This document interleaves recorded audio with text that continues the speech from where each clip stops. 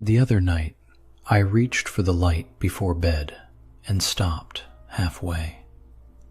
The room was already quiet, but I swear I heard her clear her throat the way she used to, like she was about to say something small and necessary.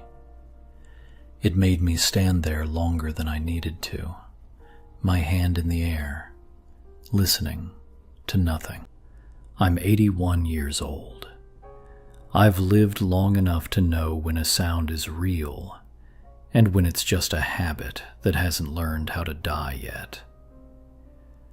I'm saying this now because the days feel thinner. Not dramatic, just fewer.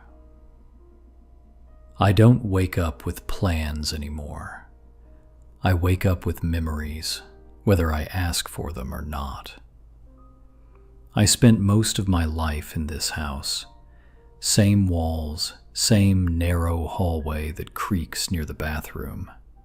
Same bedroom where the window doesn't quite close all the way in winter. She liked that window open, even when it was cold. Said the air helped her sleep. I used to complain about it, pulling the blanket up higher, pretending it bothered me more than it did. Her name was Eleanor. The room still sounds like her. That's the part I didn't expect. Not in a ghostly way, just ordinary things.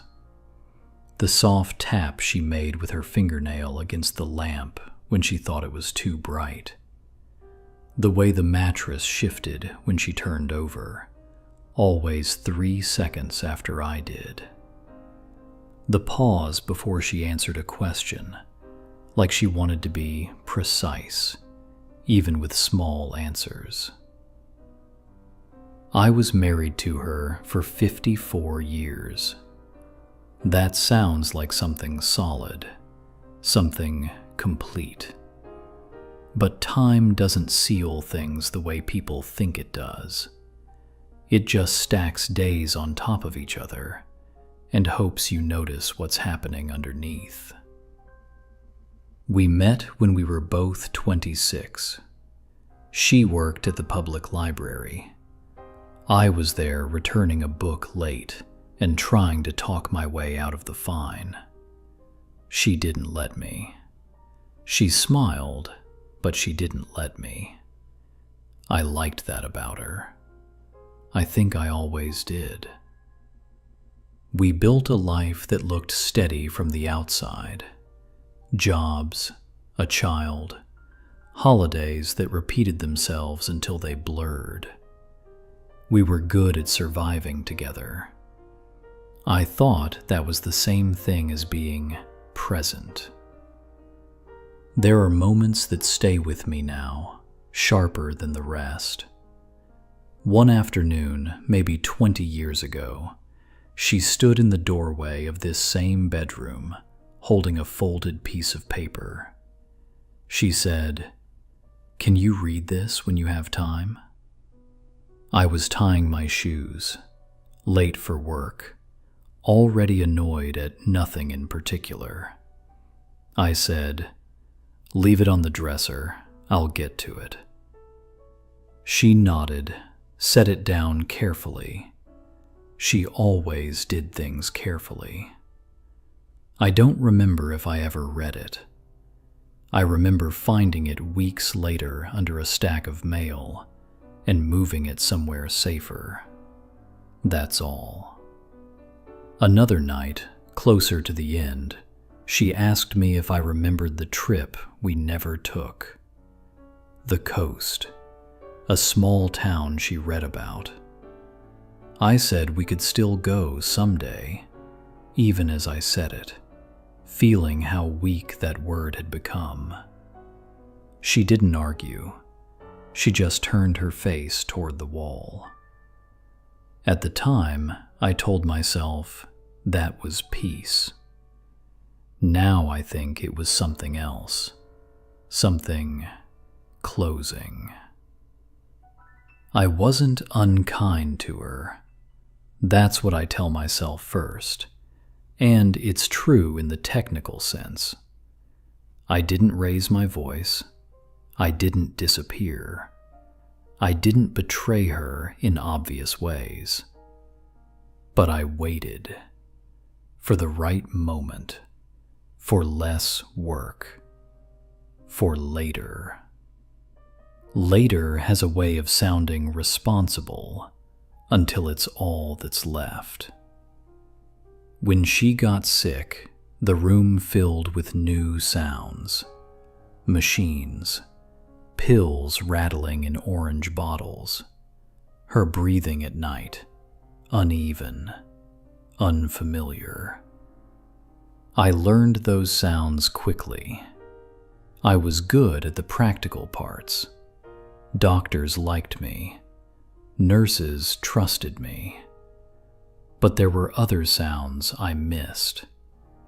The ones that were leaving.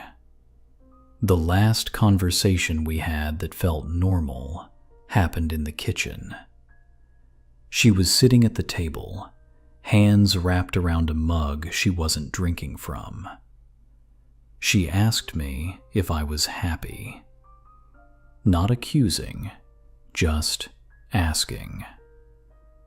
I said something safe, something reasonable. I don't remember the exact words, only the way her shoulders lowered afterward, like she'd set something down she'd been carrying alone. She died on a Tuesday morning. Rain, light but steady. I remember the clock on the wall because the second hand kept catching, like it didn't want to move forward either. After the funeral, people told me how strong I was. I nodded. Strength is quiet. It looks a lot like silence.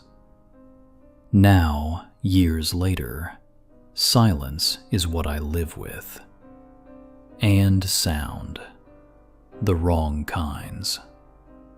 I hear her in the room because I spent so long not really hearing her when she was here. I filled the space with plans and postponements, and the comfort of assuming she'd always be on the other side of the bed. I misunderstood what was permanent. I thought time was on my side. I thought love was something that stayed put, even if you didn't look at it too closely.